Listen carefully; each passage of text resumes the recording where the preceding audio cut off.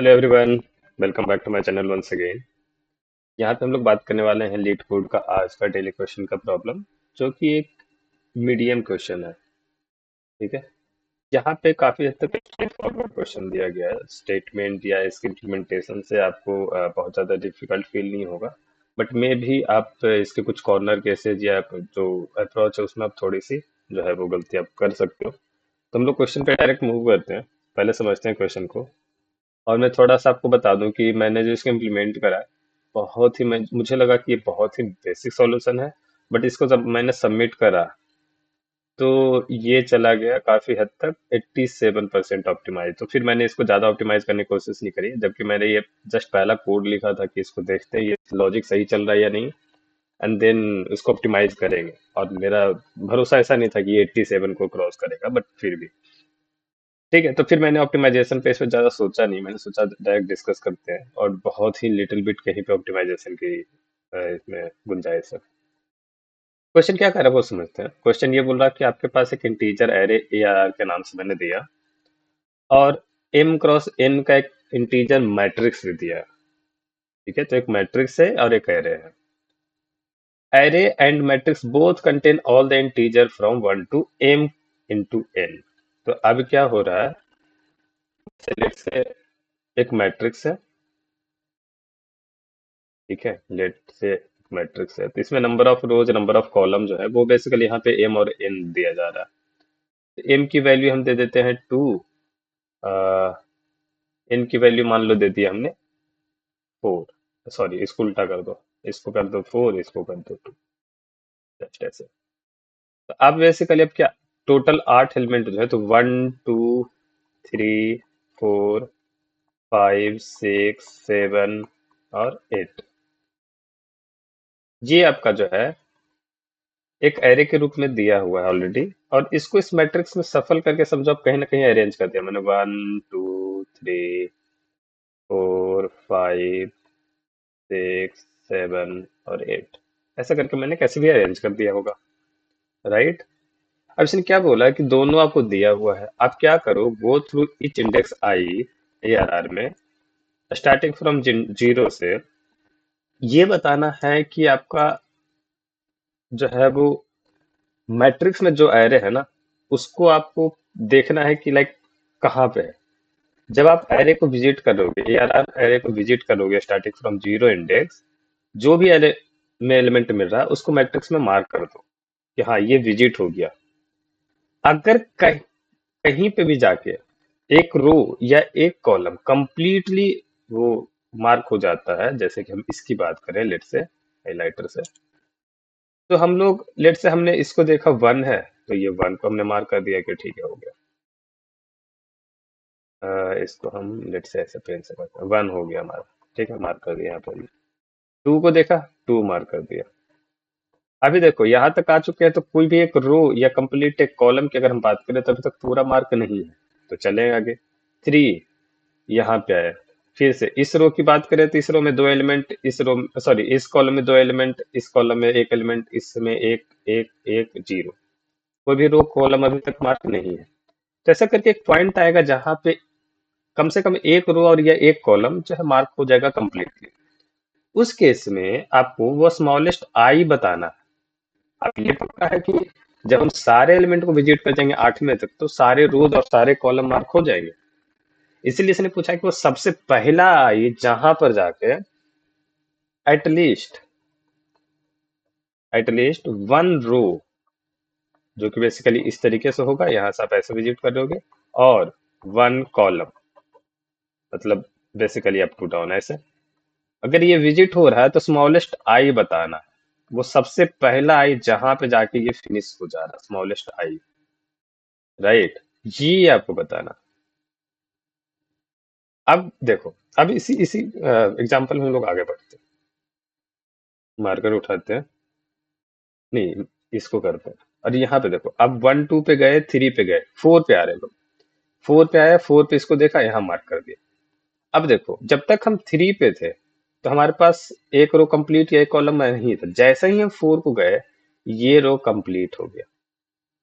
बाकी कोई भी रो कंप्लीट नहीं है, या कॉलम वाइज भी देखें कोई दूसरा कंप्लीट नहीं है, बट हमारा क्या था, कोई एक कंडीशन। तो एक रो या एक कॉलम में कंडीशन फुलफिल हो गया, तो ये वाला जो पोजीशन है यही बस मुझे रिटर्न कर देना है, और आगे मुझे प्रोसेस करने की कोई जरूरत नहीं है। ठीक है, अब देखो यहाँ पे, और यहाँ पे इसने आई को जो है वो जीरो बेस्ड इंडेक्सिंग जो हमारा होता है वही पूछ रहा है। अब हम अगर इस एग्जाम्पल को देखें, लेट से हमारा क्या है 1342, इसको हम लोग सॉरी, इसको एरे क्या है हमारा, थोड़ा सा बस इसको समझना है, बहुत हद तक के क्वेश्चन जो है अपने आप में एक्सप्लेन्ड हो जा रहा है। तो एरे क्या है 1342, और हमारा मैट्रिक्स है 2 by 2 का। ओके, ये मैट्रिक्स दे दिया इसने, और मैट्रिक्स में एलिमेंट कुछ इस प्रकार है 1423, 1423। जैसे हम फर्स्ट पे आए तो हमारा मार्क हमने कर दिया इसको, ठीक है, मार्क हो गया मैट्रिक्स में। 3 पे आए, 3 को मार्क करा। यहाँ भी हम चेक कर लेंगे, 1 पे ही आके हम चेक करेंगे कि क्या मैट्रिक्स में कोई एक एरे, एक रो और एक कॉलम गया, फुलफिल होगा, नहीं। 3 को मार्क करा, फिर भी देख रहे हैं इस कॉलम में एक बार है, इस कॉलम में भी एक ही है, इस कॉलम में एक है, इस कॉलम में भी एक, सॉरी रो में एक है, तो कहीं भी कंप्लीट तो नहीं हुआ। तो अब 4 को आए, 4 को मार्क करा, इस रो की बात करें फुलफिल हो गया, इस रो की बात करें नहीं है, इस कॉलम की बात करें नहीं है, इस कॉलम की बात करें तो हो गया। तो यह है कि एक रो या एक कॉलम दोनों सेटिस्फाई है, ये होता या ना होता, बट 2 by 2 का है इसलिए ये पॉसिबल हो गया, बट यहीं पे तो ये इंडेक्स पे जाके हमारा कंडीशन फुलफिल हो गया। तो इस इंडेक्स को मुझे रिटर्न करना, तो ये इंडेक्स क्या है 0 1 2 2, तो हम 2 रिटर्न कर देंगे। तो आप देखोगे यहाँ पे हमने 2 को रिटर्न करा, तो वो आपको जीरो बेस्ड इंडेक्सिंग पे चलनी है। अब पॉइंट ये है कि ठीक है, ये क्वेश्चन तो देखने में आसान लग रहा है, हम मेरे में गए इटरेट करे, हमने मैट्रिक्स में खोजा, हमने उसके हिसाब से कुछ रखेंगे, तो फिर हम इस क्वेश्चन को यहाँ पे डिस्कस क्यों कर रहे हैं, या जो अगर आपको कॉम्प्लिकेटेड लग रहा है तो क्यों है। इसके एक दो पॉइंट समझिए। सबसे पहला पॉइंट, आपको ARR से मैट्रिक्स में सर्च करना, मैट्रिक्स में क्या करना है आपको सर्च करना, सर्च के हिसाब से एक आपको ये क्या कहते हैं मार्क का जो है फ्लैग, वो आपको अपडेट करना पड़ेगा हर जगह।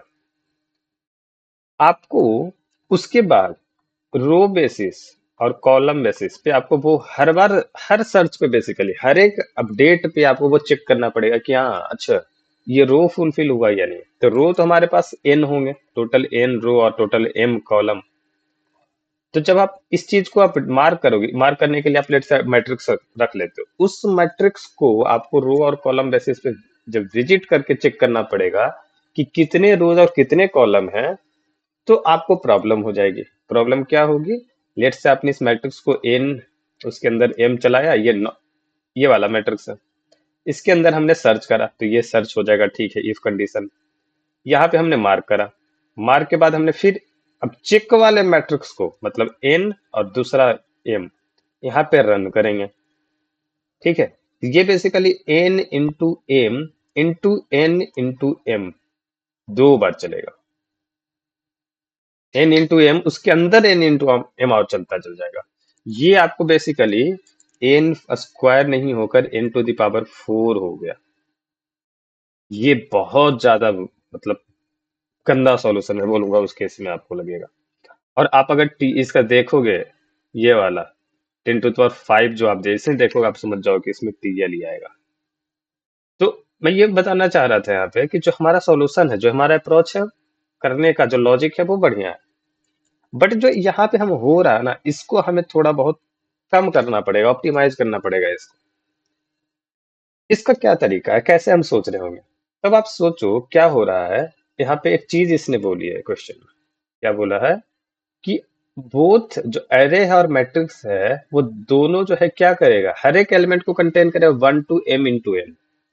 इसका साफ साफ मतलब है कि हर एक एलिमेंट यूनिक है, और it is a kind of permutation of मतलब n इंटू एम का, इन जीरो को छोड़ दिया तो आप नीचे जाओगे तो ये सेम चीज इसको कंस्ट्रेंट में भी लिखा हुआ है कि ऑल इंटीजर जो है वो यूनिक होगा दोनों में। तो इससे क्या फर्क पड़ेगा, इससे क्या फायदा मुझे मिलेगा। तो मैं इसका यूज करके मैंने क्या करा, मैंने इस वाले चीज के लिए जो सर्च है, वो मैट्रिक्स में ना करके यहाँ पे हम एक वेक्टर बना देते हैं। ठीक, वेक्टर में हर एक एलिमेंट के लिए या आप मैप रख लो, एक तरीका वो वही है, मैपिंग ही मैं कर रहा हूँ। तो मैंने इस मैट्रिक्स से एक वेक्टर या मैप बनाया, लेट से, जहां पे मैट्रिक्स ऑफ जो भी आपका आई जे होगा, तो ये कौन से रो और कौन से कॉलम में है उसको मैं रख देता हूँ। ये मान लो वी है हमारा, तो वी ऑफ जो पोजीशन है, क्योंकि इसमें पता है हमको 1 से लेके 10⁵ तक ही जाएगा, तो मैंने उसी साइज का वेक्टर बना दिया। और मैंने क्या बोला कि हर एक जो नंबर होगा उस पर जाकर हम एक पेयर रखेंगे आई कॉमा जे का। आई बेसिकली रो नंबर होगा और कॉलम नंबर आपका जे हो जाएगा। तो हमने एक पेयर बना लिया, आई जे रो नंबर और कॉलम नंबर जो है वो स्टोर कर लिया। ये आपका big O of N into N, N into M में मैंने बाहर में कर लिया। अब जब मैं इसको सर्च करना होगा तो इस वाले में जस्ट मैं बिगो वन में सर्च कर लूंगा, बिगो वन में इस चीज को सर्च कर लूंगा एरे में। ठीक है, तो हम यहां तक तो पहुंचे, जो हमारा जो फ्लो था, हम मैट्रिक्स में सर्च करना था उसको हमने दूसरे तरीके से वेक्टर में स्टोर कर लिया, मैपिंग कर ली एक तरीके की। क्योंकि उसने साफ साफ बोला है कि हर एक एलिमेंट एक ही बार आएगा, तो एक एलिमेंट के लिए एक ही होगा आपका बेसिकली पेयर। ठीक, और कोई एलिमेंट मिसिंग भी नहीं होगा, क्योंकि अगर एक मिसिंग है तो दूसरा को डुप्लीकेट होना पड़ेगा। फिक्स है, तो ये चीज हम यहां से कर रहे हैं। अब दूसरी बात, जब हमें रो और कॉलम का जो काउंट रखना था, इसके लिए मैंने एक और रो नाम का या आर नाम का अपने में मैंने, सॉरी आर ओ डब्ल्यू, रो और कॉलम नाम का एक मैंने मैट्रिक्स, सॉरी वेक्टर बनाया। अब देखो, रो टोटल आपके एन होंगे और कॉलम आपका एम होगा। एक एलिमेंट अगर यहाँ पे एग्जिस्ट करता है, लेट से ये आई और जे पे, तो ये क्या कहता है कि मैं इस रो में हूं और इस कॉलम में भी हूं, ऐसा कुछ होगा। तो बेसिकली हमारे पास अगर रो वाइज देखें तो ऐसे ऐसे करके इतने सारे रो होंगे। ठीक है, इस रो में अगर, एक रो में अगर एम एलिमेंट हो गया, एक रो में मैक्सिमम कितने एलिमेंट होंगे, एम एलिमेंट, और एक कॉलम में टोटल एन एलिमेंट होंगे, मैक्स। मैक्स कहने का मतलब वो फुल हो जाएगा। दूसरे तरीके से ऐसे समझो, एम एलिमेंट को ऐसे मैं सजा दूं एक लाइन में, तो क्या हो गया, एक रो बन गया। यही तो है, मैट्रिक्स में यही हो रहा है ना, एम एम सेल होंगे तो एम एलिमेंट आएंगे, और कॉलम में देखोगे तो एन एलिमेंट जो है बेसिकली इस तरीके से अरेंज होंगे एक लाइन में, तो ये कॉलम बन गया। तो मैंने मैट्रिक्स को पूरा ट्रेवर्स ना करके मैंने क्या बोला कि दो हमारे पास रो और कॉलम नाम के वेक्टर है। अब रो ऑफ जीरो बेसिकली क्या बता रहा होगा कि हमारे पास जीरो थ्रो में कितने एलिमेंट आ चुके हैं, जीरो थ्रो के कितने एलिमेंट आ चुके हैं। रो ऑफ आई क्या बताएगा कि ith रो में कितने एलिमेंट आ चुके हैं, count of element in ith रो जो भी है यहाँ आ गया। उसी तरीके से कॉलम ऑफ जीरो बताएगा कि फर्स्ट कॉलम के कितने एलिमेंट प्रोसेस हो चुके हैं। कॉलम ऑफ आई जो है वो बताएगा कि ith कॉलम के कितने एलिमेंट प्रोसेस हो चुके हैं। तो एक टाइम पे मुझे पता होगा कि एक कॉलम के या एक रो के कितने एलिमेंट हमारे प्रोसेस हो चुके हैं। और मेरा जो कंडीशन ये ऊपर वाला जो पूछा जा रहा था कि एटलीस्ट एक रो पूरा फिल हो या एक कॉलम पूरा फिल हो। ठीक है, तो उसको हम कैसे चेक करेंगे, हम ऐसा चेक करेंगे जस्ट कि इफ रो, सॉरी, हाँ, एक एलिमेंट यहाँ पे जो भी हम प्रोसेस करेंगे उसके बाद हमारे पास क्या आया होगा, आर और सी एक आया होगा रो और कॉलम करके उस पर्टिकुलर एलिमेंट का। तो रो के अंदर अगर इस कॉलम इस नंबर के आने के वजह से टोटल काउंट एम हो गया, जो नंबर ऑफ कॉलम के काउंट है, या एक इस एलिमेंट के आने के वजह से कॉलम में काउंट अगर एन हो गया, तो यहाँ पे इस आई को रिटर्न कर दो, जिस आई पे मैं प्रोसेस कर रहा हूं उस आई को बस मैं रिटर्न कर दूंगा और मेरा खेल खत्म हो जाएगा यहाँ पे। समझ रहे हो, मैं बेसिकली कहाँ से हम लोग गए, हमने ये बोला ठीक है, दो पॉइंट हमने डिस्कस करा। मैट्रिक्स के अंदर हर बार सर्च करना, मार्क करना, और हर बार उसी मैट्रिक्स के अंदर रो और कॉलम के लिए इस मार्क वाले मैट्रिक्स को कॉल करना। इट्स बेटर कि मैट्रिक्स को पहले मैंने प्रोसेस करा बाहर में, एक मैपिंग वेक्टर बनाया जहां पे हर एक एलिमेंट के लिए एक पेयर रख लिया। अब उस पेयर का यूज करके हम एरे में को ट्रेवर्स करेंगे, मैट्रिक्स में चेक करेंगे, नॉट मैट्रिक्स, वेक्टर में चेक करेंगे। मैट्रिक्स का खेल समाप्त हो गया, वेक्टर में चेक करेंगे। जो आई और जे आएगा उसके हिसाब से वो एक रो और एक कॉलम का नंबर देगा। उस रो और कॉलम का यूज करके हम रो और कॉलम नाम के वेक्टर में अपडेट करेंगे।